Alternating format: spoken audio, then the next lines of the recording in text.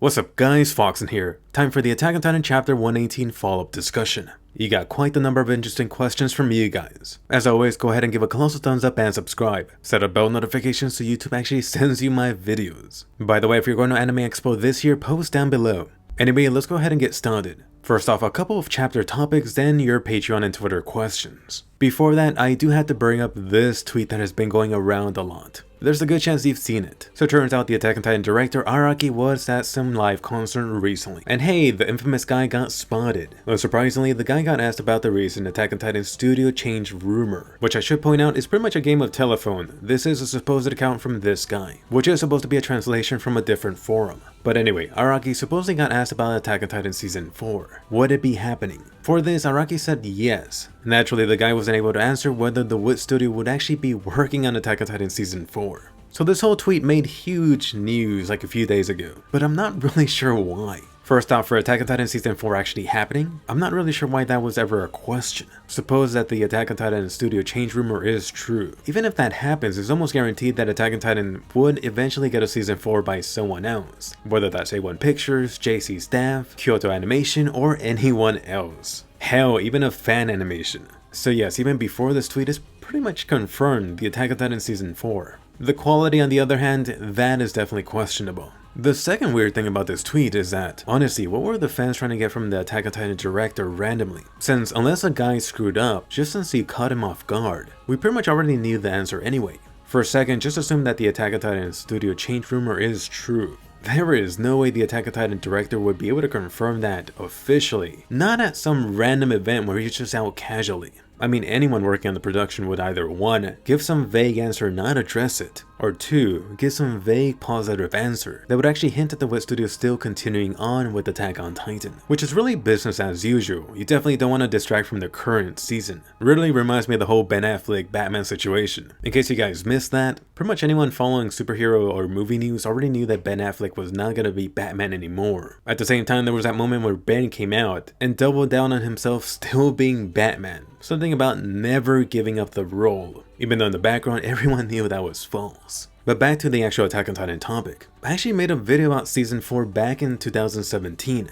so I'll leave you a link to that here, but here's the highlight. At the Anime Expo in 2017, in the Attack on Titan panel, the producer for Attack on Titan was there. He talked about how Attack on Titan was very important for the studio, and also how devoted the Wit Studio was to completing Attack on Titan. Again, this being back in 2017. So even with the updated tweet, assuming it's true, really no new information here. But anyway, those are my thoughts. Definitely chime in down below. Does anyone else think they're making a big deal out of really nothing? Anyway, actually getting into the chapter discussion. First off, I do have to mention Eren, the Attack Titan, WarHammer Titan. In my last video, I mentioned how it was so odd this guy was just going towards the Beast Titan when you have 2 enemies behind him. I've seen some of you comment in that video how, oh, Eren must have been super drained. Hence him not really thinking, and really just going in the direction of the brother on the wall, just to end everything if they do come in contact. For this, I really don't buy it at all, since really just going back to the whole scenario, why would Eren turn his back on the fucking enemies? I don't care how tired you are, you should be able to realize your enemies are behind you. Even if Eren did want to get to the Beast Titan, which is pretty far away, or was at the time, the Titan has fallen over. Let's not forget the Titan shifters can regenerate almost fully. There's been several examples of this in the past, including Eren himself. Hell, this chapter where a good example was actually the Armor Titan about to bear hug Eren when he turned his back. Really a bad move. Just a little while ago, the Armor Titan was missing a face, the guy was smashed, but mere moments later, fully healed.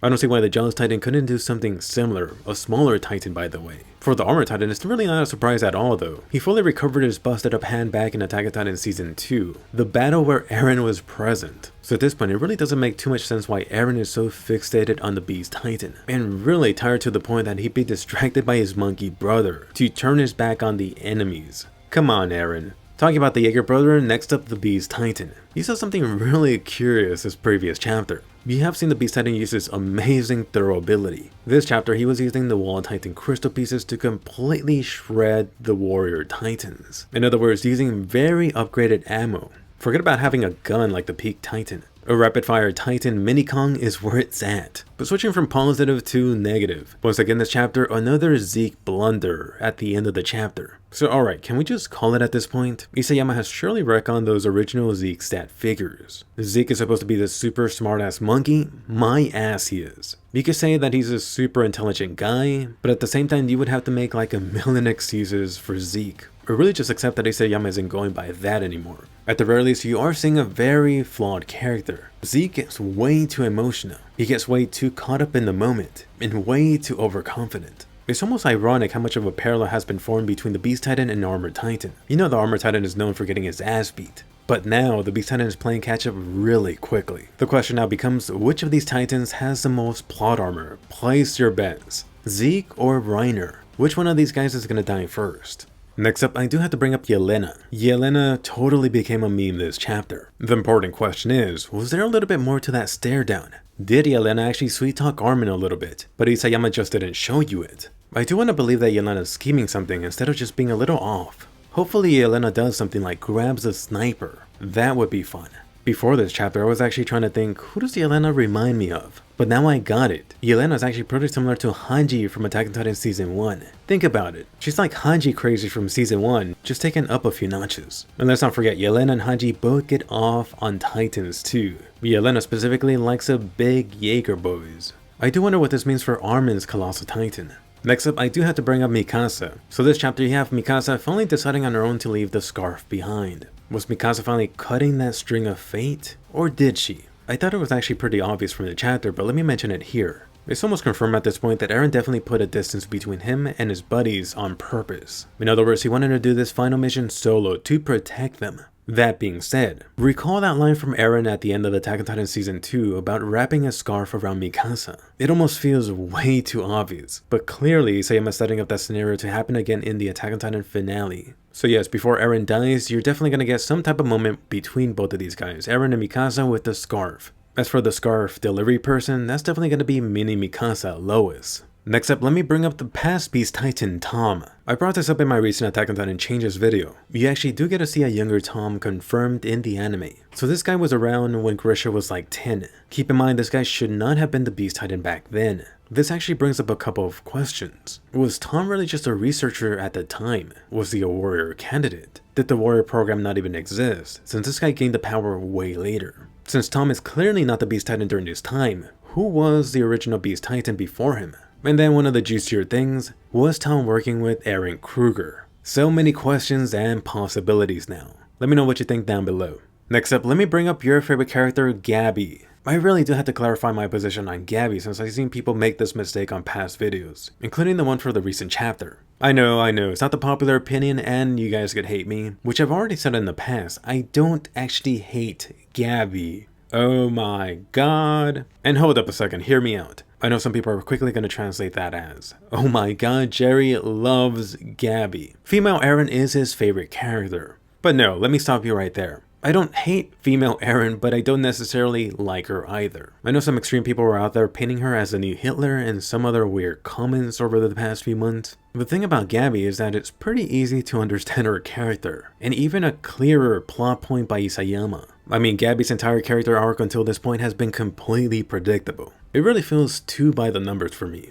That being said, it's actually funny that some people have turned this recent chapter. You now see Gabi not hating all Eldians. But I'm not really sure what the overall consensus is for Gabi. Post down below, do you hate Gabi? Is she neutral? Do you like her? And have you enjoyed her character arc, or has it been way too predictable? Next up, going back to the Jaeger brothers, specifically the coordinate power. At this point in the story, both of these brothers really just have to touch each other, then it's all over. With the Beast Titan now face planted on the ground, that makes it even easier. Come on Eren, just run over there, smack his ass. That being said, let me actually turn the discussion to a different side of things. Assuming what Armin said this chapter was true, they're really only gonna release a couple of 100, maybe 1,000 Colossal Titans nearby. The question now becomes, does it matter at all that the Colossal Titans are right now crystallized in stone? I mean, to what extent could the coordinate power be used? How fine-tuned can the Founding Titan control this ability? The reason I bring this up is that if you actually think back to Attack on Titan Season 2, when Eren used the coordinate ability, at the time you had Eren commanding the Mindless Titans to attack the Warrior Titans. At the same time, keep in mind that you didn't see any Colossal Titans also come over. So, did they not hear the coordinate at that point? Was it just a range issue? Was it just because Eren was like Frida, super inexperienced? So many questions. Next up, let's get into this juicy topic that actually came from the recent Attack on Titan livestream, which is really concerning female characters in Attack on Titan pre and post timeskip. I'm sure you heard it before, Attack on Titan has actually gotten praised over the years for having strong female characters early on. However, how true is that post timeskip? And definitely chime in down below. Quickly, just going down the list. First off, you have Mikasa.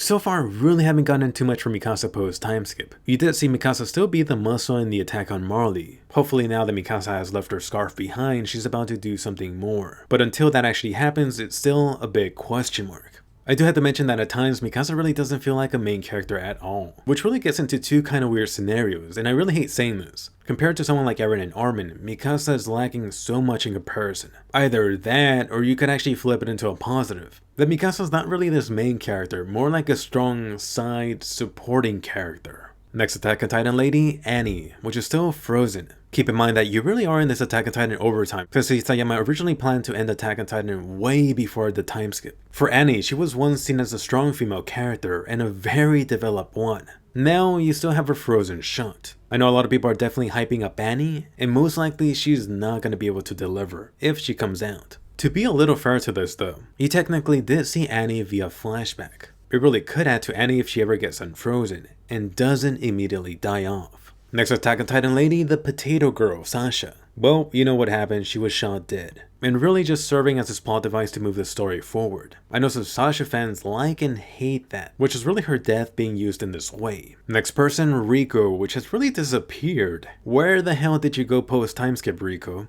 Then we get into Queen Historia. Unfortunately, her biggest contribution to the story post timeskip has been being freaking pregnant. I really hope Isayama is planning to do something, or is doing something currently with her. To be a little fair to this, you actually did get a little bit of Historia in the flashbacks. There, you saw her being the more proactive character that she grew into in the Uprising arc. Next up, Hanji. Hanji was once this pretty crazy fun character. Post timeskip, Hanji has really been heavily toned down and almost restricted. It really does make sense story-wise, but it really feels like something is lagging from Hanji. Sometimes you do get some of the fun shades out of her. Perhaps the Attack on Titan Season 4 anime could remedy this when you could actually hear Hanji speaking. Anyway, now getting into the post-timeskip characters. First off, the Tiber Lady, also known as the WarHammer Titan. For her, I actually enjoyed seeing another lady take the mantle of a Titan shifter. Not only the final one, but an extremely powerful one too. That being said, really no development here. You still don't even know what the hell her name was. She got maybe a few lines? So rest in peace, Ms. X WarHammer Titan lady. She became Eren Titan food way too quickly. Next up, Reiner's mama, the mama that has some serious issues. I guess this whole family is just nutty, it runs in the family. Next up, Kiyomi, also known as Mikasa's super horny relative. Super excited for some Titan oil. Isayama has been studying Kiyomi to be the strong key world figure. Still actually waiting to see what will ultimately be her contribution to the finale, and also anything else related to Mikasa. Next up, Sophia, that super dead warrior candidate, also smashed like Marco. To be honest, I completely forgot about her name. Next up, Hitch. The older Hitch returned, only briefly. I'm still betting my Titan coins on Hitch's storyline being connected to Annie's return. Next up, Lois. Pretty much Mikasa Jr., which is really just like her senpai. Lois is super obsessed with somebody. It's so creepy that it's almost like looking into a mirror, isn't it, Mikasa? Originally, it was a nice touch seeing this character that Mikasa saved in the Trost arc all grown up and entering the Survey Corps too. Although now at this point, it feels like Lois's whole arc is super connected to Mikasa. Perhaps mainly gonna serve to give Mikasa some development along the way. We'll see if Lois gets taken out. How is Mikasa gonna handle that hardship? Or like I said previously, something involving Mikasa's scarf. Next up, Peak, the Card Titan. Personally for me, Peak has actually been one of the better post-timeskip characters introduced. And yes, technically you had her in the latest Attack on Titan Season 3, just bringing rocks over to the Beast Titan and fetching Titan shifters. But honestly, Peak didn't become a character until the recent Marley events. Ironically, Peak has actually been more of a mastermind and strategist compared to Zeke. Isayama has also fleshed out Peak enough to make her interesting enough. Let's see how this Super Warrior spy keeps on developing. Next up, Jelena. I almost forgot Jelena's a lady, or as some people nicknamed her, Tall Armin. So you got this super furry Titan lover that got introduced recently. Jelena as a whole is still this black box, mysterious question mark character, a wild card. Jelena in a way does remind me of the mysterious Peak. The only difference is that Jelena is definitely not fleshed out as much. Go ahead and take that and combine that with some of the recent chapter stuff. That really just makes it seem like Jelena is Coco for some Cocoa Puffs. Isayama actually does have a lot of potential with Jelena, so hopefully she's not totally insane. and then your favorite little lady, Gabi. But in all honesty, a lot of you guys aren't too much of a big fan of hers. Despite that, it is interesting to notice what Isayama has done with Gabi. Gabi started off with a lot of similar elements to the raging Eren character from years back, hence the name the female Eren. As a consequence of Gabi taking out Sasha, Isayama has taken that plotline to develop Gabi even more. Gabi has quickly grown into being more than that little girl that wanted all Paradise Eldians dead. So ironically, even though Gabi isn't too popular right now, she's actually been one of the more developed characters post time skip period. That being said, you do have to balance it with a pretty predictable storyline. In all, let me just toss it back to you. Do you agree that Attack on Titan had strong female characters early on? And is that now true post time skip too? Or has that been greatly reduced? So hey guys, Jerry here, and as always, thank you to all Patreon supporters. We actually just got done with the first Attack on Titan livestream this past weekend? I'm debating about whether to put that up. Maybe I'll put that on YouTube or some other place. It'll just be an edited down version. Although I'm not sure, it'll be pretty different from my normal stuff. It'll be way more super casual. So let me know your thoughts if you do want to see that posted somewhere. And yes, it's mostly me just talking on camera. But anyway, go ahead and click the Patreon link down below if you do want to join the Attack on Titan live streams. That comes after the Attack on Titan manga release. First Patreon question from Kashmir Fox. Why would Colt say, we need to leave the Titans to the Titans? When Gabi said we need to do something. When he was carrying an anti-Titan rifle. What was the point of the anti-Titan rifle? Alright, so perfect question, something I actually forgot to bring up, and this was something we talked about during the Attack on Titan livestream. So right now, the Marley side supposedly had, about 500 soldiers? I'm not sure how many of those actually made it down to the ground before the blimps got taken out. Most of those guys should be carrying anti-Titan rifles. But let's actually give them a benefit of the doubt. Let's say 20%, maybe 10% of them actually have the rifle. That still is about 50 to 100 guys with the anti-Titan rifle. Over on the other side, you just have the warriors that weakened the WarHammer Titan Eren. So the real major question becomes, why aren't these guys just trying to fricking shoot at Eren's neck? And I know some of you guys will bring up the line that they do want to capture and not kill the Founding Titan. But come on, the Founding Titan as it is right now is way too much of a threat. Just picture them actually getting those 500 soldiers to shoot at Eren's neck. They would totally get him. Or shoot at the Beast Titan. If you think about the whole situation, the Beast Titan is about to die, and you could potentially take out Eren right now. You do have the risk of Paradise Island getting the Founding Titan power again, but at this point that would greatly help the Marley side, especially if these guys actually do have an incoming invasion coming. Next question up from Gia's Rail fan. If Zeke is mortally injured, do you think he will ask Eren to take his power before anyone else? So in the latest chapter you saw the dumbass Beast Titan get distracted and get shot, and now the guy is on the ground on his ass again. At least right now, Zeke is definitely not mortally wounded. I'm actually trying to think, what would mortally wounded be for the Beast Titan? You just had the recent example where his bottom half got blown off. Even then the guy came back to life. But let's just go ahead and say that Zeke is in that horrible position. Ideally, Eren should want to at least touch the Beast Titan, activate the coordinate ability. Then if the theory about Eren trying to gather all Titan powers is true, Eren's gonna want to take the Beast Titan power anyway. This would really just be a perfect opportunity. Hey guys, I didn't backstab my brother. The guy was already dying. He asked me to eat him. Next question up from Angel. Who do you think is the next character of significance to die, besides Falco? So pretty appropriate, we just mentioned that the Beast Titan may be dying soon. Honestly, at this point in the story, since it should be the final Titan War, pretty much everyone should be on the chopping block, or potential to go on the chopping block. Unfortunately, in this past chapter, only some extras died. I do still see Isayama potentially delaying a major character dying. So for side characters, how about either Colt or Flock? Next question up from Pokemon Princess Angel 96. Do you think Peak and Porco will die within the next chapter? And would it be better to eat the Jaws Titan or just kill him? It's funny because this actually goes back to a previous thing I mentioned. Eren had the perfect opportunity to get the Armor Titan and Jaws Titan power. But no, let me just turn my back on the enemy. So assuming a Titan Shifter does die in the next chapter, it's definitely going to be only one. I don't see Isayama taking out 2 Titan Shifters in the same chapter. For the warrior side for the next one dying, I would definitely place all my money, or 99% of my money, on the freaking Jaws Titan. After that point, it is questionable. I could see Peak surviving a lot more, but then can she freaking overcome the plot Armor Titan? As to whether Eren should just eat him or kill him, this really goes back to the idea of Eren gathering all Titan powers, so he definitely needs to eat him. Still, I am curious to see what would happen if a Titan power is lost. That would heavily delay things. Next up, your Twitter questions. Definitely follow me on Twitter and tweet me your questions for a chance for me to answer your question. This goes double for anyone that doesn't like the questions being asked. Guaranteed question for Patreon supporters, by the way. Don't forget, I am doing an Attack on Titan only live stream now. This is available for all Patreon supporters, and this is on top of my normal live stream. Check out the Patreon link down below to join the fun. First order question from Mr. Pioneer. If the soldiers in the blimps are Marley soldiers, then where are the soldiers from the other nations? Do you see them attacking through a naval landing? Actually, that last part would be very interesting to see. So based on the talk from the recent chapter from Armin, if Armin is correct, all the other world powers should be gathered at Marley. But then if you actually think about that, that would be weird. I guess there is a little bit of vagueness to that. I mean, just trying to picture some of these world leaders literally parked outside of Marley, that's a funny image. That being said, you actually bring up a great possibility. What if Marley was only leading the charge? It would be really nice to see some other ships invading soon. It'd be like D-Day. I mean, at this point, the Marley side definitely needs the freaking reinforcements. Next question up from Agni. Mikasa leaving her scarf behind essentially completes her character arc. How much of a chance that she dies soon?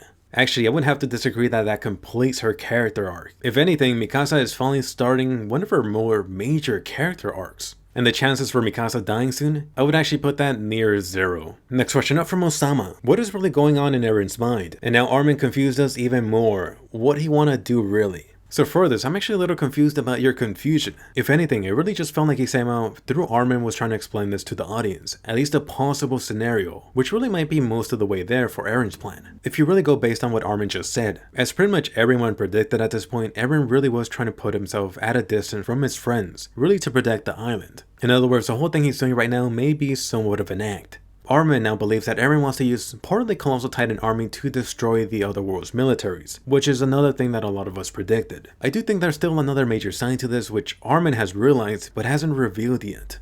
Next question up from Kanashi. If Levi was injected by the serum, is it possible that instead of him turning into a Titan, his awakening would be stronger, since they could use the power of the Titans when awakened? What would happen if they were injected by the serum? Any opinions about that? So for this question, I've actually been seeing a lot of variations about this, which is not really too surprising. A lot of you guys are trying to suggest or try to figure out ways for Levi to make it back into this final Titan battle. If I really had to guess for Levi's case, there is this whole thing about the Ackerman having some questionable connection to Titans, essentially them being mini Titans, although the exact details are super vague. Let me just bring up the fact that Levi, most likely through his father, is an Eldian and hence the subject of Ymir. Assuming the Ackerman part of him doesn't do anything weird, Levi should really just turn into a Titan. So let's just go with the scenario that Levi does get injected. Either nothing's gonna happen, Levi's gonna go into Titan mode, a small Titan, or Levi's gonna be completely healed and recovered. It's gonna be like using a full restore on him. And really from those scenarios, I see Sayama doing the last one the least. It really doesn't sound like anything he would do.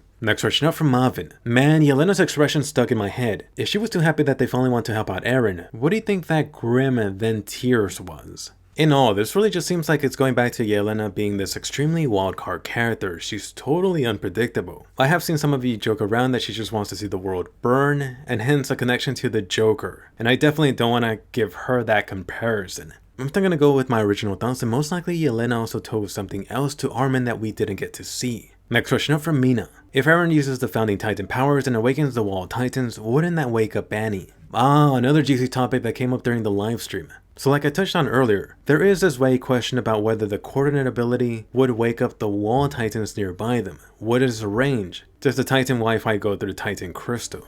To be fair, in the past I have brought up the possibility of Eren using the coordinate ability, or maybe via Zeke's Titan Scream, that somehow that could reach Annie. On the other hand, assuming Armin's thoughts on this situation are true, then Eren's going to be using a very strictly defined range, which is really just his hometown. Keep in mind at this point in the story, Annie should be super far away, somewhere close to Walsina underground. I know some people want Annie to come back into the story this way, but let me just give it to you and say that she does wake up this way. Annie would be super far away, even using her Titan mode, and really she would have no reason to come over. If anything, maybe Annie would wake up and want to get some freaking food, maybe some neat clothing, potentially a new bra.